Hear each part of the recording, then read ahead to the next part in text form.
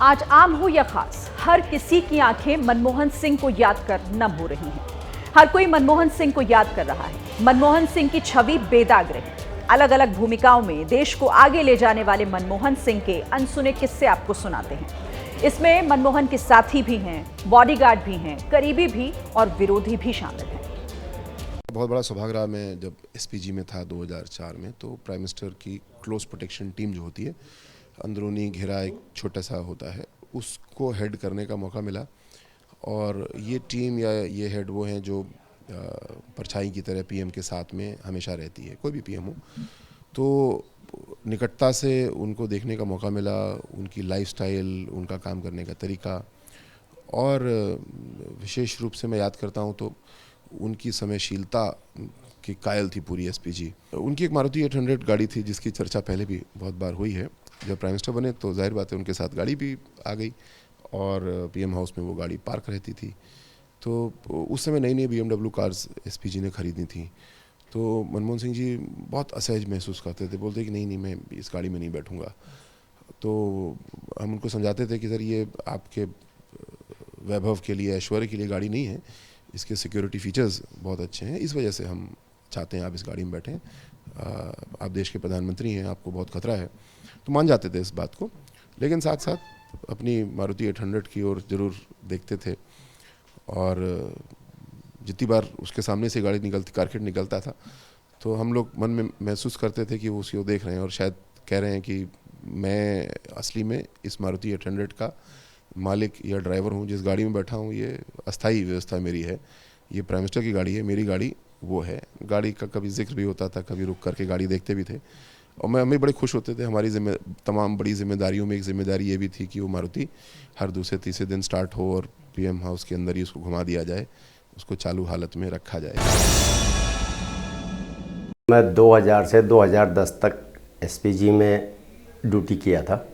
तो इस बीच जब हम 19 SGR में साहब ने चार्ज लिया प्रधानमंत्री जी का, हम उनके आवास पे गए। तो 2-1 दिन बाद ही वहाँ पे आइसोलेशन में एक पोर्च नहीं था, तो बंदा एसपीजी ऑफिसर बाहर खड़ा होता था। तो उन्होंने दूसरे दिन ही आके इस चीज़ का खुद ही संज्ञान लिया, वापस बाहर आए। उन्होंने बताया कि भाई इसकी छाँव की व्यवस्था करो, और जब तक नहीं होती है साइड में पेड़ है वहाँ खड़े होंगे, या धूप में खड़े नहीं होंगे। मतलब बहुत ज़्यादा तकलीफ होती है एक आदमी को कि दिन भर धूप में खड़ा रहे। सही। और 1-2 वाक़या भी है साथ में। जैसे हम साहब पीएम हाउस आवास में शिफ्ट हो गए थे, उसके बाद वो अपने रेसिडेंस से और ऑफिस तक ऑन फुट ही आते थे, पैदल आते थे। तो रास्ते में जो अदर एजेंसीज़ के कर्मचारी या एसपीजी ऑफिसर ड्यूटी पे होते थे, वो जो भी अभिवादन करते थे, उनके अभिवादन का भी बड़ी नम्रता के साथ जवाब देते थे। कई बार तो ऑफिसरों को ये गलती से ये भूल हो जाती थी कि पहले मैंने किया कि साहब ने किया। मतलब कई बार वो पहले खुद भी कर देते थे। ऐसा नहीं है कि हम करेंगे, हम सोचते थे आई कांटेक्ट होगा जब करें, लेकिन वो पहले खुद ही कर देते थे। इसी तरह कई बार बाहर गए हैं तो रास्ते में अगर 4 आदमी खड़े हुए कुछ काम कर रहे हैं, बात कर रहे हैं, और एसपीजी ऑफिसर साइड करना चाहते थे तो मना करते थे वो कि नहीं इनका करने दो, हम साइड से निकल जाएंगे। कई बार तो वीआईपी रास्ता छोड़ के जनरल वे से भी निकल जाते थे वो कि नहीं बाकियों को डिस्टर्ब होगा, तो हम जनरल वे से निकल जाते हैं। बहुत सिंपल उनका मेन था, कढ़ी चावल उनका फेवरेट था, जो खुद वाइफ बनाते थे। जितना सब जब तक वो रहे हैं, हर साल जितने एसपीजी ऑफिसर थे उनको न्यू ईयर का ग्रीटिंग साहब और मैडम दोनों खुद की साइन, ओरिजिनल साइन करके सबको गिफ्ट वो देते थे, कार्ड। अपने बारे में बहुत कम बोला करते थे, लेकिन क्योंकि आप किसी के साथ में काम करते हैं तो जाहिर है आप उनके साथ में बैठ के बात करते हैं। तो एक बात जो मुझे, 2-3 बातें जो मुझे याद हैं वो ये याद हैं कि एक तो वो उन्होंने मुझे कहा कि जब उन्होंने मैट्रिकुलेशन किया और दूसरे शहर में, वहाँ पर स्कूल नहीं था, तो दूसरे शहर में उन्हें जाना पड़ा, तब तक उनके पास जूते नहीं थे। तो उन्होंने उस तरह की गरीबी को देखा। कैम्ब्रिज में जब वो थे और वहाँ पर स्कॉलरशिप पूरा नहीं पड़ता था, तो वो चॉकलेट खाया करते थे दिन में, ताकि वो उससे उनको थोड़ी सी एनर्जी जो है वो मिले।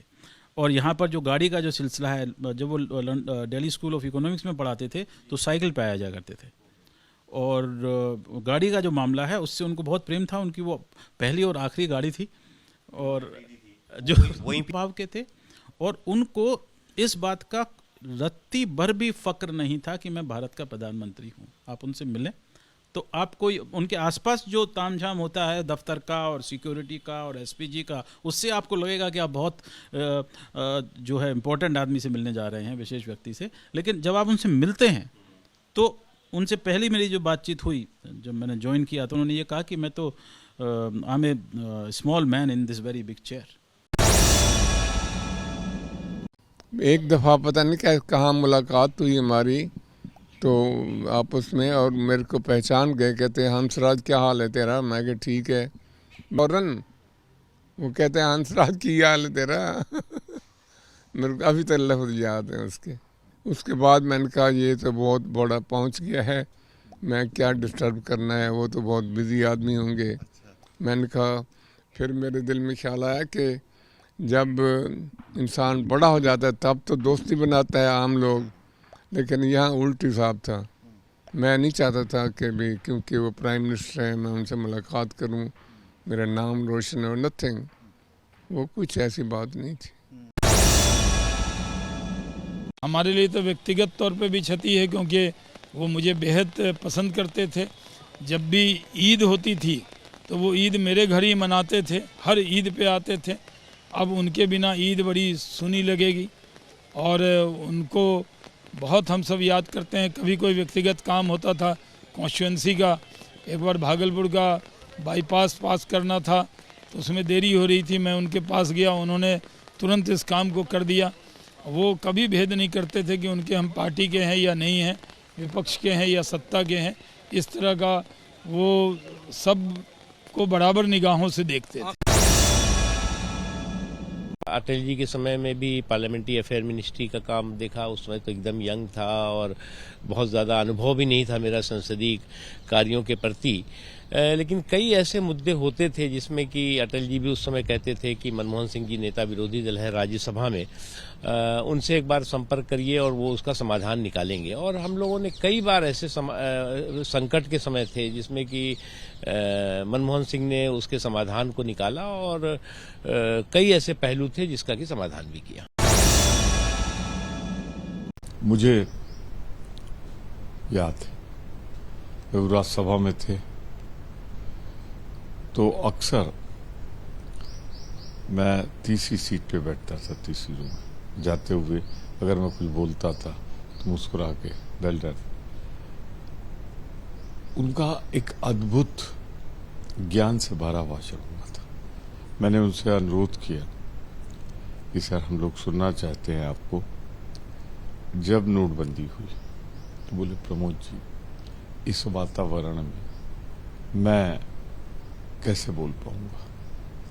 मैं कहा साहब मेरी जिम्मेदारी, जब आप बोलेंगे तो पिन ड्रॉप साइलेंस होगी। कहने देखिए कोशिश करिए, और वही हुआ। मैं मिला जितने हमारे विरोधी दल में साथी थे, सत्तारूढ़ दल से भी हमने कहा डॉक्टर साहब बोलना चाहते हैं। अरुण जेटली जी ने कहा अगर डॉक्टर साहब बोलेंगे तो पूरा हम सब सुनना चाहें। और जो उनका ऐतिहासिक भाषण था, जो भविष्य वक्ता के रूप में वो उभरे कि 2% जीडीपी घटेगी या इसका कोई लाभ नहीं होगा, वो सब सच साबित हुई। वो भाषण आज भी मेरे कानों में तैरता रहता था, सदा हुआ, एक एक शब्द में ज्ञान बरसता हुआ। वो भाषण अद्भुत था। आज भी अगर उसे सुना जाए तो ऐसा लगता था कोई अर्थशास्त्री नहीं, भविष्य वक्ता बोल रहा।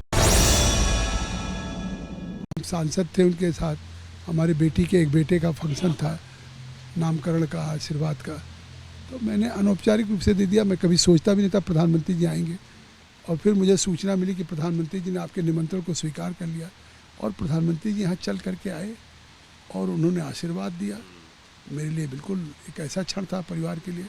और फिर मेरे बेटे की जब शादी हुई, उनका मैंने रिसेप्शन इसी घर पे पीछे किया, उसमें मैंने निमंत्रण दिया तो आए। तो एक भारत के प्रधानमंत्री को एक सांसद के घर पे उनके घर के कार्यक्रम में आशीर्वाद देने के लिए 2 बार आना, तो ये कहीं न कहीं उनके उस संवेदनशीलता को या अपने सहयोगियों, अपने सांसद के साथ जो उन्होंने किया है, वो मेरे लिए यादें हैं। वो जो अलायंस जो पीडीपी कांग्रेस की बनी, उसमें डॉक्टर मनमोहन सिंह का बहुत बड़ा रोल था। अगर वो नहीं आते, वो नीति ग्रिटी सॉर्ट आउट नहीं करते और वो अपना फिर वो जो उन्होंने एक विजन दिखाया और मुफ्ती साहब की बात को समझे वो, तो जो बाद में जो जम्मू कश्मीर में जो चेंज लाई पीडीपी कांग्रेस सरकार में, जो एक बिल्कुल डिफरेंट कलर की किस्म की best governance, human rights violations बिल्कुल कम, healing touch policy, that was possible only कि जब डॉक्टर मनमोहन सिंह ने उस अलायंस को बनने दिया। अदरवाइज बहुत सारे फोर्सेस उस वक्त थे जो उसको सबटॉज करना चाहते थे। और दूसरे इतने हम्बल थे कि अगर आप कभी उनको फोन करते थे एज ए प्राइम मिनिस्टर, अगर वो बिजी होते थे then he would return back your call.